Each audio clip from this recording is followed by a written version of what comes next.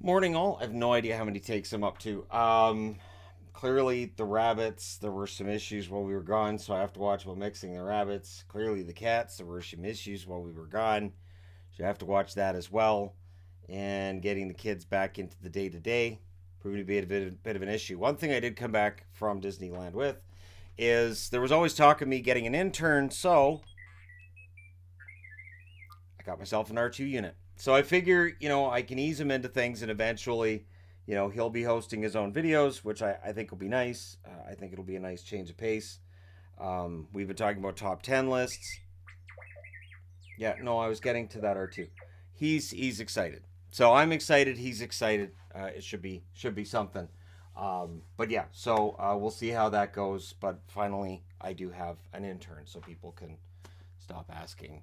It's gonna get. I have an R2 unit. It's really all I need. He is an astromech, so trying to teach him some of the more menial tasks is going to be difficult because he's more excited about going into space, and we're not going into space.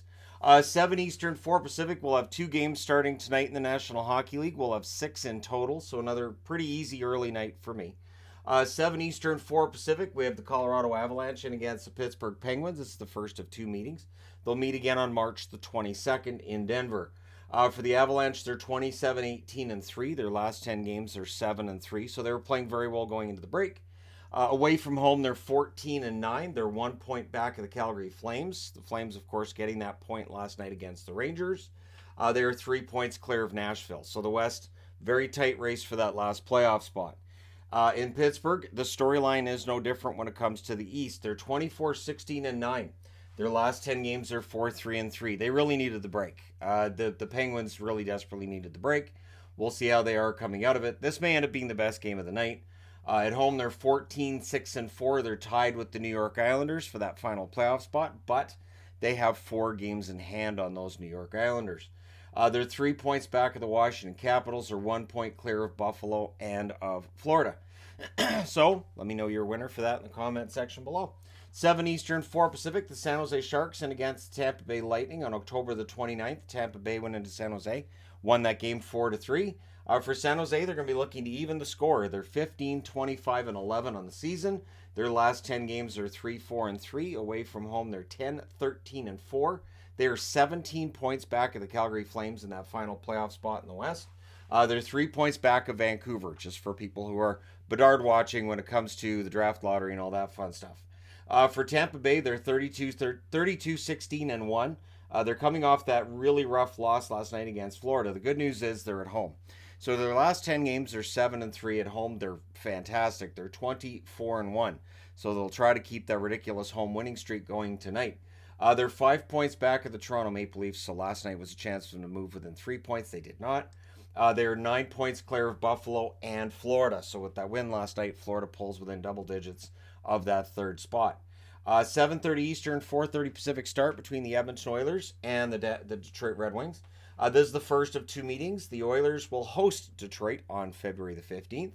For tonight, the Oilers are the road team. They're 28, 18, and 4 overall. Their last 10 games, they are 7, 1, and 2. Away from home, they're 15, 7, and 1. They're 2 points back of Vegas for third spot. They're 2 points clear of Calgary for that first wildcard spot. So it is, again, that Pacific Division, pretty tightly run race right now between those teams. Keeping in mind Colorado's not far out of it, neither is Nashville. For Detroit, they're 21, 19, and 8. Their last 10 games, they're 5, 4, and 1. At home, they're 12, 10, and 3. They're 7 points back of both Pittsburgh and the New York Islanders. So for Detroit, it really isn't about them necessarily getting into the playoffs as much as just playing games that mean something in February and maybe, getting on a bit of a streak, having games that mean something in March. These are things that will benefit the young players on this team. 7:30 Eastern, 4:30 Pacific start as well between Seattle and the New York Islanders. On January 1st, Seattle at home, they beat the Islanders 4-1. For Seattle, they're 29, 15, and 5 overall. Their last 10 games are 6, 3, and 1. Away from home, really strong record of 16, 5, and 2. They're tied with LA for that first spot in the division, but they have 4 games in hand on LA, and they're 1 point clear of Vegas. They have 2 games in hand on Vegas. So you have to win those games in hand, but still it's nice to have them. On the Islanders front, they're 26, 22, and 5. Their last 10 games are 4, 4, and 2. They have won 3 in a row now. At home, they're 15, 9, and 2. They're coming off that win last night against Philly. They're tied with Pittsburgh for that final playoff spot. As mentioned, they have played 4 more games than the Pittsburgh Penguins have thus far this season. So for the Islanders, they're going to have to win a bunch of games. But hey, they got Horvat, and I think that made a positive difference last night. I really do. Having another guy who can go out there and win faceoffs makes a difference in how the game goes, especially with the Islanders who play such a possession-heavy game. 8 o'clock Eastern, 5 o'clock Pacific start between the Vegas Golden Knights and the Nashville Predators. On December 31st, Vegas won this matchup in overtime, 5-4. Clearly, R2's a little worried about this. I think it'll be fine.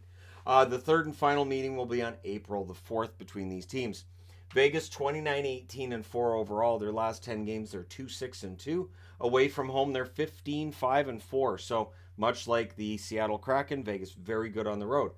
They're 1 point back of both Seattle and LA for that first spot. They are 2 points clear of Edmonton. This could go one of two ways for Vegas.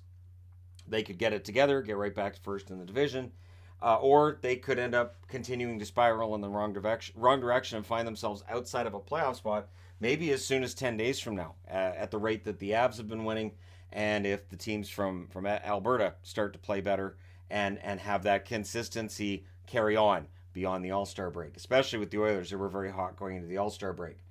For Nashville, they're 24, 18, and 6. Their last 10 games, they're 6 and 4. So they will not be an easy out for Vegas.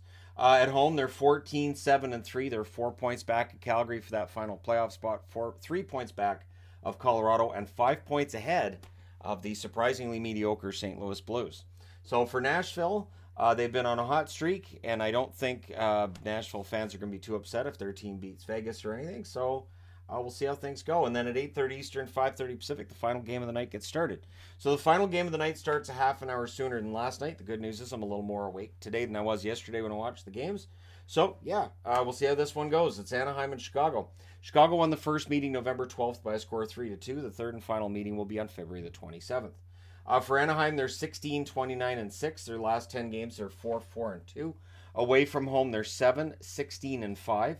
They're 20 points back of Calgary for that final playoff spot. They're 2 points back of Arizona. They're 4 points clear of the team they're playing tonight in Chicago. Chicago being that low in the standings is mildly deceptive considering they've won their share of games lately. They're 15, 29, and 4 overall. Their last 10 games are 6 and 4. At home, they're 9, 16, and 2. They're 24 points back at Calgary, so probably not making the playoffs. 4 points back of Anaheim, but they have 3 games in hand on Anaheim. So if they beat Anaheim tonight, they're only 2 points back. They got 3 games in hand. And again, it is just about jockeying for a position when it comes to that number one spot at the draft draft lottery table. Keeping in mind that if you finish at the bottom of the standings, you draft no worse than third now. That's still going to be a really good player this year. So while Bedard's going to get all the attention, it's not just about Bedard anymore. All right, so from myself and from R2 as well, thank you guys for watching. Let me know your winners in the comment section below as always. Don't forget to hit like and subscribe if you're browsing your way through. You just happened upon this video. And hey, thank you guys so much for watching, for all your support. I will talk to you again soon.